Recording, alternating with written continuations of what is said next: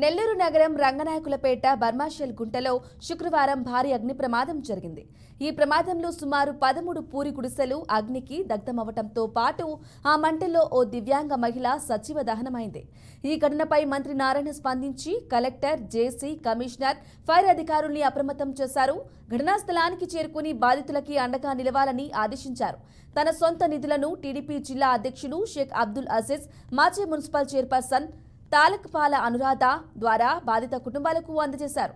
మృతి చెందిన నాగలక్ష్మి కుటుంబానికి 50,000 రూపాయలు, ఒక్కో కుటుంబానికి 15,000 రూపాయలు చొప్పున ఆర్థిక సాయం అందజేశారు.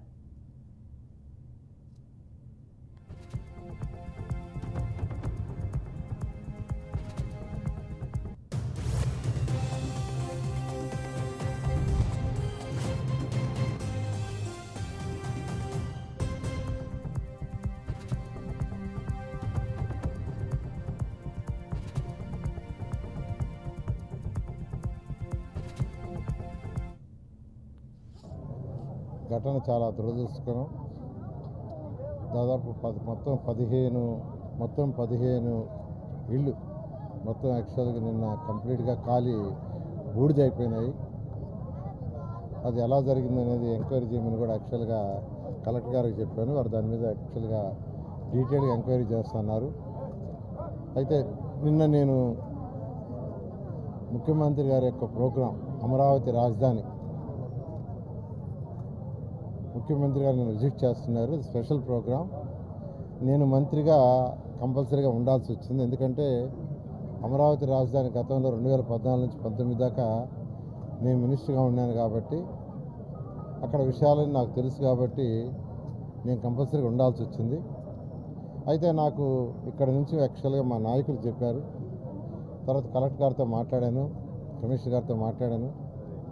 వెంటనే మాజీ మేయర్ అజీజ్ గారికి, గ్రూప్ గారితో మాట్లాడి ఫస్ట్ ఇమీడియట్గా తలా ఒక 15,000 ఇవ్వండి. ఎందుకంటే మొత్తం అన్నీ ఖాళీ బూడిదైపోయినాయి, వాళ్ళకేమీ మిగల. ఫస్ట్ ఒక 15,000 ఇవ్వండి అని నేను పంపించాను. ఎవరైతే చనిపోయారో వాళ్ళని కర్మలై చేసుకోవడం కోసం వాళ్ళకైతే ఒక 50,000 పంపించాను నిన్న. అది అంటే ఇమీడియట్, అంటే ఇబ్బంది లేకుండా. ఎందుకంటే కాలిపోయినాయి, ఎక్కడ ఉండాలో ఎక్కడైతే ఉండాలా, ఏదైనా గుడ్డలు కొనుక్కోవాలి, అందుకని చేసాము. ఇంతలోకే కలెక్టర్ వాళ్ళు కూడా వాళ్ళకు ఉండటానికి వసతి ఏర్పాటు చేశారు.